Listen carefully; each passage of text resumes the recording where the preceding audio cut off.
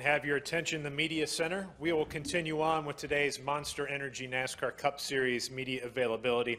We're now joined by Danica Patrick, driver of the number 10 Wonder Woman One Cure Ford for Stewart Haas Racing. And then we're also joined by Dr. Christine Hardy from One Cure. Danica, really cool paint scheme you have going on this weekend. Could you talk to us about that paint scheme and what it means?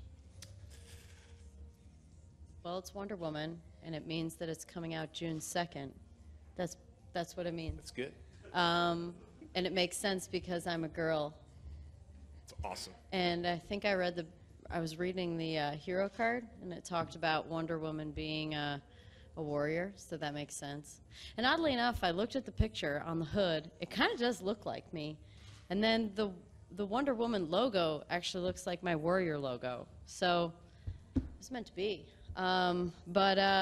It was, you know, it's really neat to drive paint schemes that draw cool attention, especially from kids. I think there's probably a lot of little girls that'll really like this paint scheme and what it means. Then also One Cure being on the car to follow another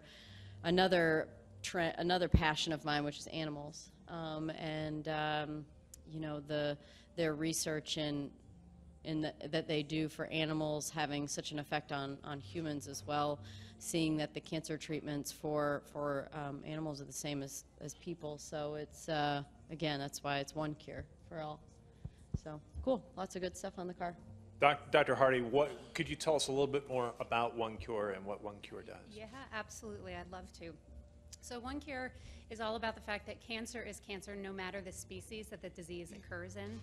And what we learn in pets, specifically dogs and cats with cancer, we actually translate that information to the benefit of people with cancer too. And by the way, that goes vice versa. So what we learn in people helps pets. Fundamental idea is that physicians and veterinarians work together to speed new treatments to help all cancer patients. So that's what One Cure is all about. Danica, from looking at your social media feed, it's important how important dogs are for you. What's it mean to really have One Cure on the car and to be able to support such a great cause? Well, I think that for any of you who have animals, you know, you think that your pet's going to live till hopefully somewhere over 10 years old, like I hope for about 20 or so. And the way that I take care of them, what I feed them, I'm like, I go all the way and do everything I possibly can. I'm like, if these dogs don't live till like 16 or 18, I'm probably not going to cook their food for them the next batch of dogs that I get. But you got to do everything you can to keep them alive. And you know, one of the things though that enters my mind when I think that, you know, you hope that your dog lives to a certain age is you go, but you never know what's going to happen, and they could be 5 and get cancer, and that happens. And I would do anything possible to keep them alive. So to me, it's great that there's so much research going on, just knowing that, you know, it's just like any problem that comes about, any kind of cancer or anything like that. It's so sad, and it's so sudden, and it's you know, something that we're all trying to find a cure for. So it's great work that One Cure is doing. It kind of sounds like cancer is cancer. I mean, I remember asking doctors many years ago. I was with a bunch of doctors, and one of my good friends had has a son still. He's fine now, but he had cancer really young. And so I asked the doctors, I'm like, he was on chemo for a year. Is that because his dosage was so low that he had to stay on it for a long time? And they said, no, kids take the same dose as adults do, and sometimes even handle it better. So the fact that cancer is cancer across the board is a positive, in that we can figure out how to cure it, how to treat it, and how to get rid of it. And you know, that's something that I think that we can all relate to across all fronts, whether they're, you know, your furry little friend, or, well, I suppose it doesn't, you could probably still have a human that's a furry little friend too. Questions for the panel? We'll start here with Todd and work our way around. Some more than others. I think everybody is aware that you're part of the first couple of NASCAR here, and you know, your boyfriend gets a win last week. Ricky gets that breakthrough win.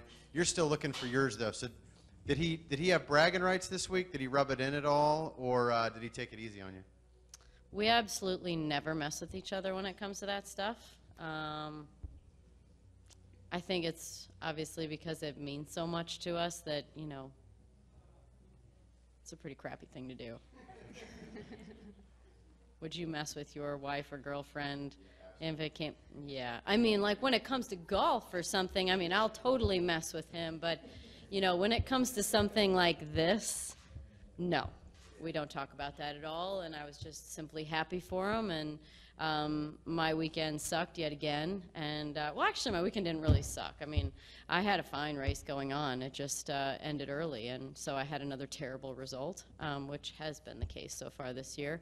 And but if I was going to have one race where I didn't get to all the way to the finish line and either finish the race or have a good finish or win, I'm really glad that I had the chance to watch him win. And you know, I think that was pretty cool, and that I was ready to go. And I mean, all I did was throw my tennis shoes on and run out the door. And well, I walked out the door, but got out the door and got on the golf cart and went to Victory Lane and waited for him to pull in. And that was a gift of an experience to be able to have in our relationship, because, you know, most of the time, obviously, I would be dealing with my team and dealing with whatever I had going on, and I had that chance to regroup. And, you know, I was fresh as daisy. I showered and spent the afternoon standing around celebrating with him. So it was a great day, but we don't talk about that stuff.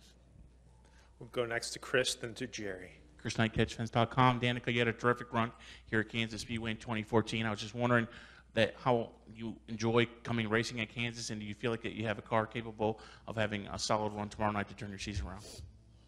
I'm not gonna lie, I don't know. We had some good runs and some not as good runs, and I'd say in general I don't feel all that comfortable. But then again, I just left our team debrief a little early to come over here, so we had this planned, and we all were talking about being somewhat uncomfortable, and I think we used the word puckering up, getting into the corner, as a way to describe how things felt out there. So it's so fast, and the tires are so hard that the grip drops off so quick when you go past it. So it just makes it a lot of work out there. It's very edgy, and so I don't think it's too much different for anyone, but that's how it feels. So, you know, I had a couple good runs, a couple bad ones, so we'll just have to see. I think that, you know, I didn't like how it drove in traffic all that much. So for me, I think that's what I'm focused on, is how we fix the way it felt in traffic, because that's going to be the case all night tomorrow night. There's going to be traffic everywhere, and you got to be able to move around. So I don't know. I don't know if we'll be as fast as I was a couple of years ago here when I had that solid run where I ran top 10 all night and got up to like third at one point. That was kind of a breakthrough race for me. But we're going to try, and hopefully it's the case. But you know, effort level never changes, for sure. I mean, I'm still actually probably do more to do better now than I used to. So we'll do what we can, and hopefully it pays off and hard work is rewarded. Jerry. Jerry Jordan, KickingTheTires.net and PRN. Huh? Danica, he stole my question, so I'm going to ask Dr. Hardy about the correlation. Danica was talking about cancer in animals, and how does your group work with on the human side versus the animal side to try and find a cure, et cetera, for your cause? Yeah, sure. That's a great question.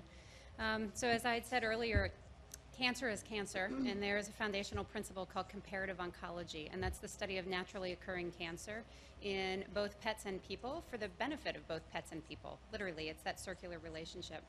And there are a couple of great examples as to how dogs have specifically helped people with cancer, and I'll give you one specific example if that's okay, and that's with bone cancer in kids. So it's a pretty rare disease in people, but when it happens, it's generally a pediatric disease, so kids under the age of 18. It's very common in large breed dogs, so dogs about 50 pounds in size or larger. By the way, it happens in the same bones and the same locations. If I take a biopsy from the kid and from the dog, and I look at it under the microscope, I can't tell you which species it actually came from. It's the same disease.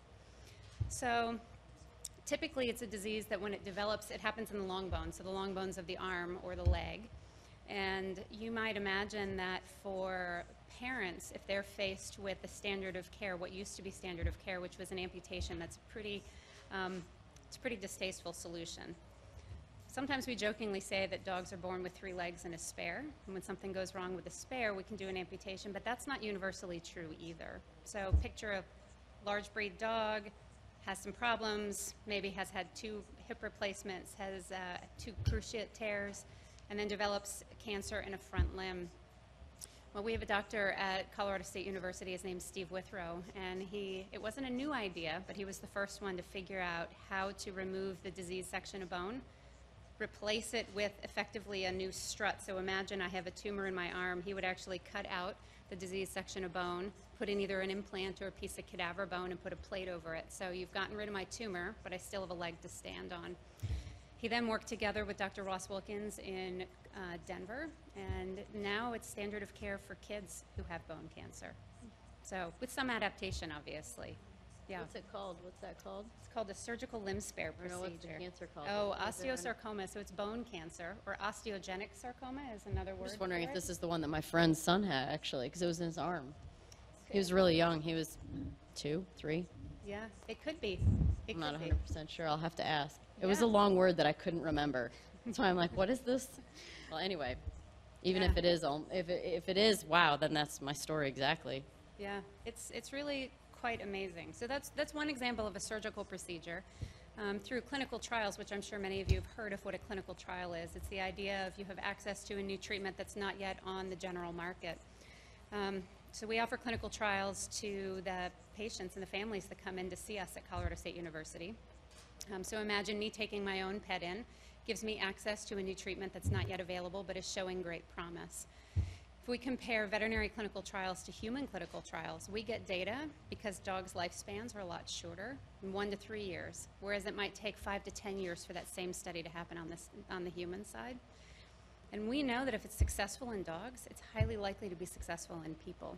So it's an incredible opportunity for us to learn and then speed new treatments to market to help all cancer patients, because that's who needs it the most. You're welcome. Any was very additional interesting. questions?